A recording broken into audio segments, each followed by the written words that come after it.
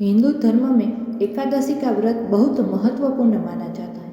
सभी एकादशियों में देव उठनी एकादशी विशेष महत्व रखती होगी। इस दिन श्री हरि 4 माह बाद योग निद्रा से जागते हैं और चातुर्मास की समाप्ति होती है। मान्यता है कि देव उठनी एकादशी का व्रत करने से मोक्ष की प्राप्ति होती है।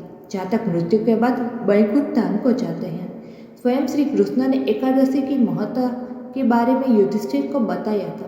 कहते हैं कि देव उठनी एकादशी पर प्रदोष काल में गन्ने का मंडल बनाकर श्री हरि के स्वरूप शालिग्राम और तुलसी विवाह के बाद कथा का श्रवण जरूर करना चाहिए। इसके सुनने मात्र से पाप कर्म खत्म हो जाते हैं।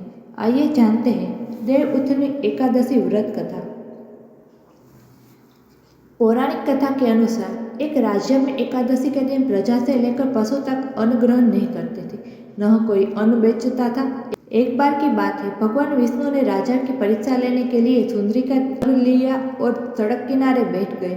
राजा वहां से गुजरे तो सुंदरी से उसके यहाँ बैठने का कारण पूछा। स्त्री ने बताया कि उसका इस दुनिया में कोई नहीं, वह बेसहारा है। राजा उसके रूप पर मोहित हो गए और बोले कि तुम मेरी रानी बनकर महल चलो।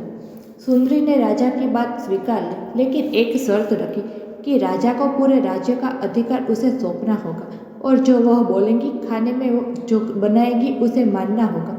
राजा ने शर्त मान ली। अगले दिन एकादशी पर सुंदरी ने बाजारों में बाकी दिनों की तरह अन्न बेचने का आदेश दिया। मांसाहार भोजन बनाकर राजा को खाने पर मजबूर करने लगी। राजा ने कहा कि आज एकादशी के व्रत में मैं तो सिर्फ फलाहार ग्रहण करता हूँ। रानी ने शर्त याद दिलाते हुए राजा को कहा कि अगर यह तामसिक भोजन नहीं खाया तो मैं बड़े राजकुमार का सिर काट दूंगी। राजा ने अपनी स्थिति बड़ी रानी को बताई।